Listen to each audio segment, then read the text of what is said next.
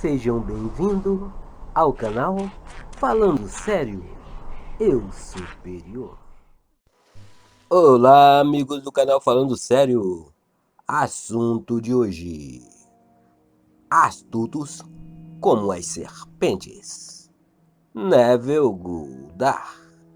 Mas antes, meus amigos, curtam, compartilhem, se inscrevam no nosso canal e não deixe de acionar o sininho para novos vídeos como este. Muito obrigado.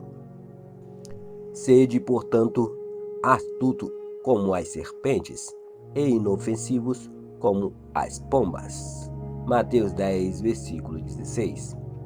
A capacidade da serpente de formar uma nova pele, calcificando uma parte da mesma, e sua habilidade de se desprender desta pele quando isso acontece, fez com que o homem considerasse este réptil um símbolo do poder, do crescimento incessante e da autorrenovação.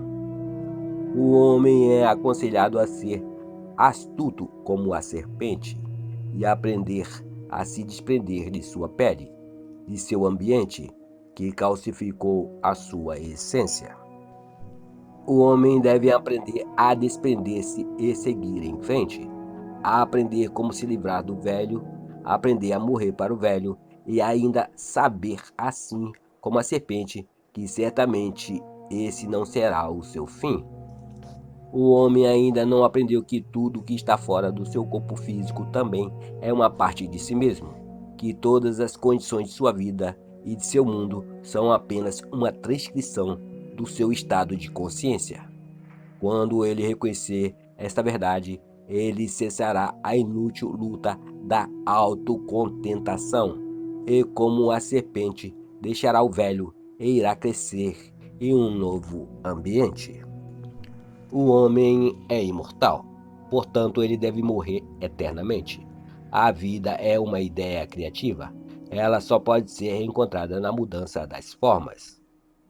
Nos tempos antigos, as serpentes também foram associadas com as guardiãs do tesouro ou da riqueza.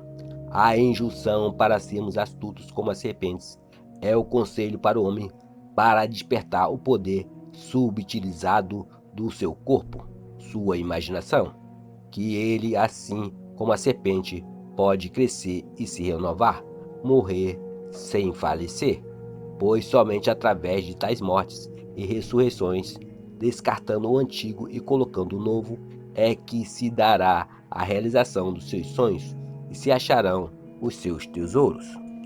Assim como a serpente era o mais astuto de todos os animais do campo que o Senhor Deus criou. Gênesis 3, versículo 1. Da mesma forma, a imaginação é mais sutil do que qualquer criatura dos céus criadas pelo Senhor.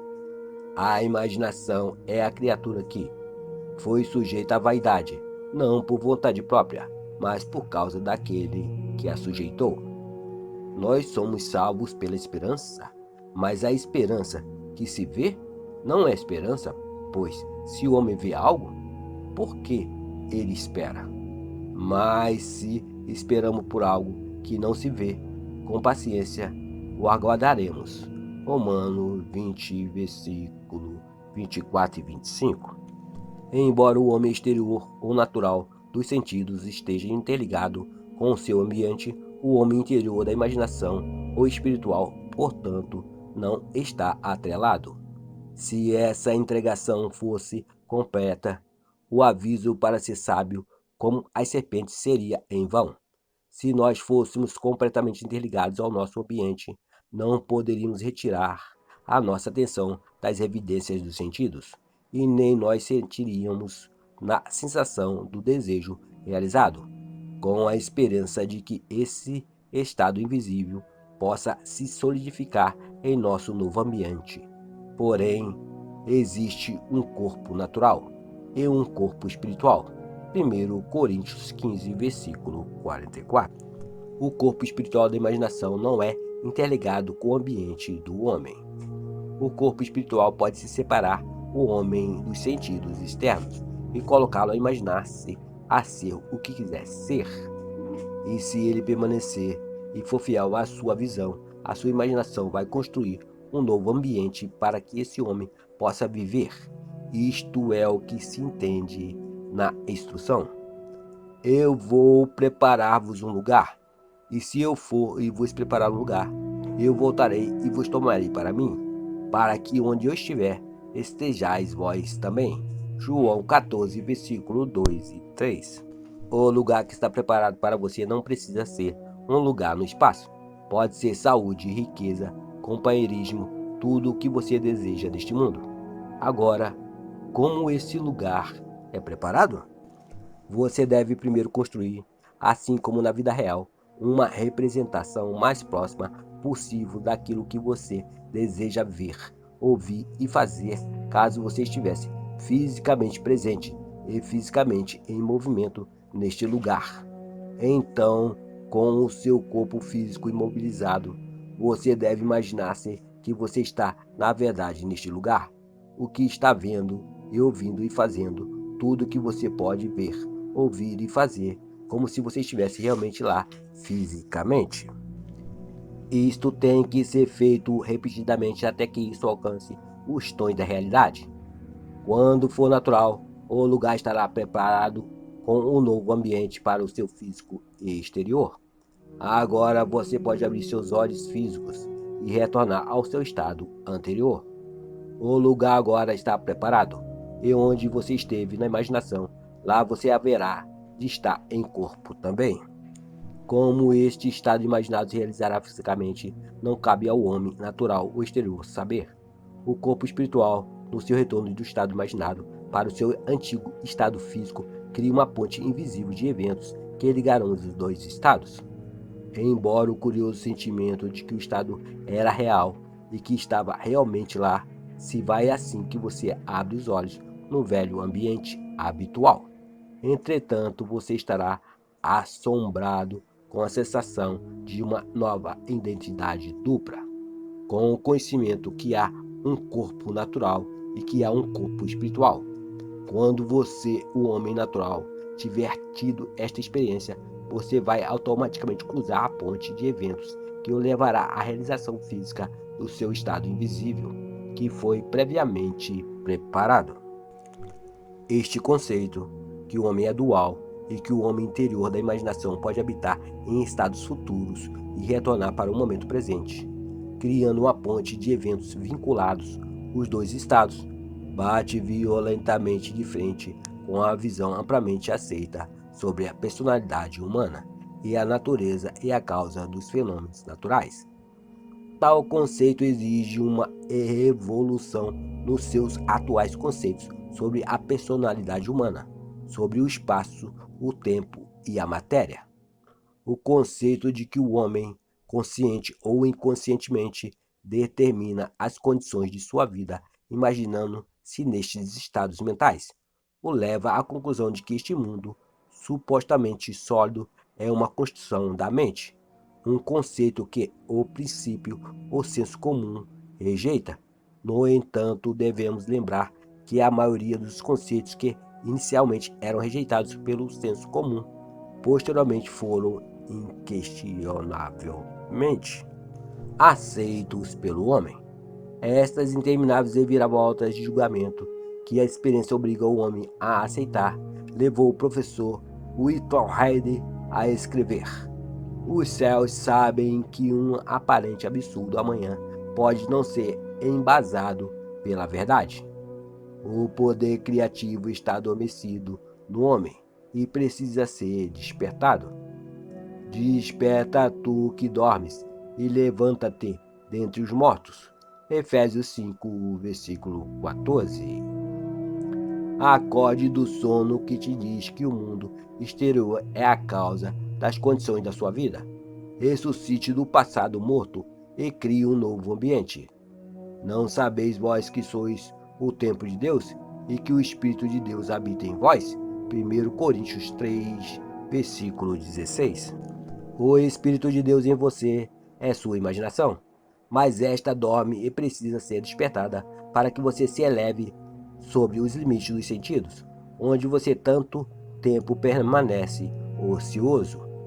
As infinitas possibilidades que se abrem a você à medida em que você se torna astuto como uma serpente estão além de qualquer medida. Você escolherá as condições ideais que você quer experimentar e qual ambiente ideal você quer viver, experimentando esses estados da imaginação até que eles ganhem vividez sensorial. Você irá externalizá-los tão certo quanto a serpente hoje pode exteriorizar a sua pele. Depois que você sobrepô-los, em seguida você irá descartá-los tão facilmente como a serpente se desfaz da sua pele. A vida mais abundante, o próprio propósito da criação, não poderá ser alcançado, salvo através da morte e ressurreição. Deus desejou uma forma, então ele se tornou homem, e não basta para nós reconhecermos o seu espírito operando através da criação. Nós precisamos enxergar as suas obras e suas formas, e dizer que isso é bom, mesmo que tenhamos que transpor estas formas constantemente e para sempre.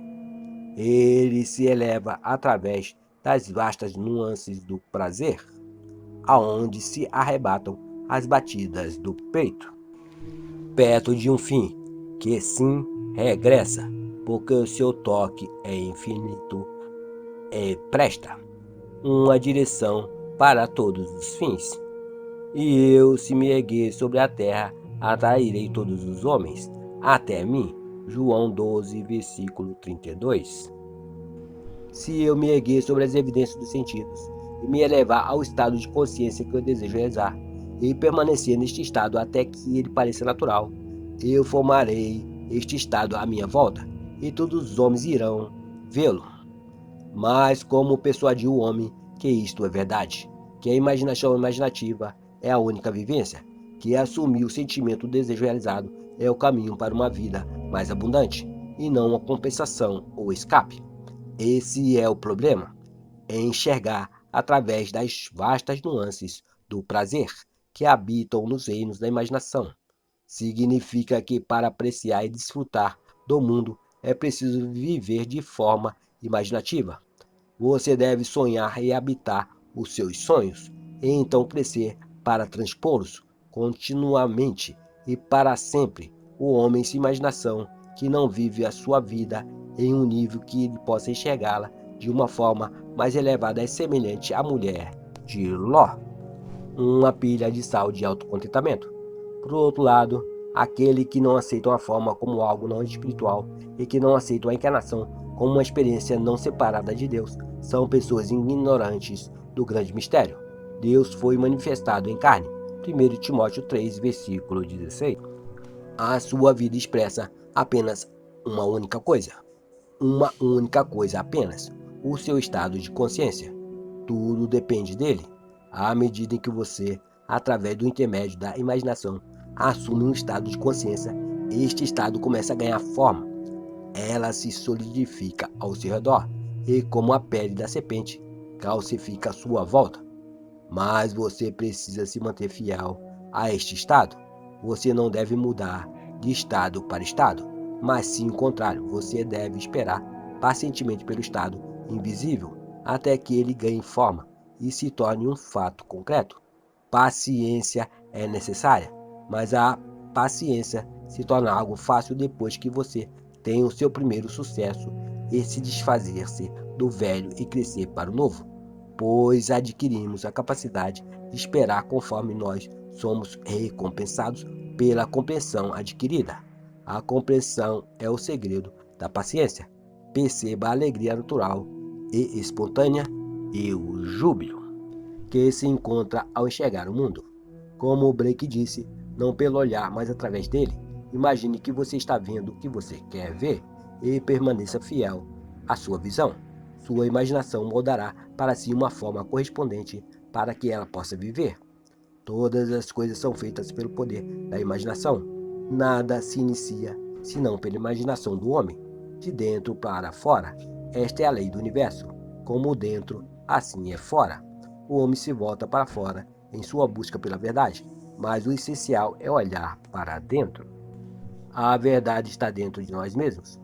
Não é preciso recolher as coisas externas, ou qualquer coisa que você acredite.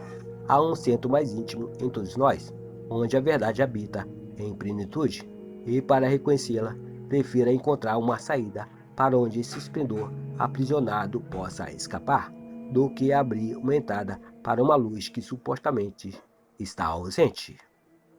Acho que você ficará interessado em um exemplo de como uma jovem mulher se livrou da pele do ressentimento ao substituí-la por um tipo muito diferente de pele. Os pais desta mulher tinham se separado quando ela tinha 6 anos de idade, e ela morou com a mãe dela. Raramente ela via o seu pai, mas uma vez por ano ele a enviara um cheque de $50 para o Natal. Após o seu casamento, ele aumentou o valor do presente de Natal para $100. Depois de uma de minhas palestras, ela estava refletindo sobre a minha declaração de que a suspeita do homem em relação ao próximo é apenas uma medida de sua própria falsidade. E ela reconheceu que, por anos, ela tinha mantido um ressentimento em relação a seu pai. Naquela noite, ela resolveu abandonar o seu ressentimento e repor um sentimento mais terno em seu lugar. Na sua imaginação, ela sentiu que ela estava abraçando seu pai de forma calorosa. Ela fez isso várias vezes até que ela alcançou o espírito do seu ato imaginário, e então ela adormeceu em um estado de espírito de muita alegria. No dia seguinte, calhou que ela estava passando por uma sessão de peles de animais em uma grande loja de departamento na Califórnia.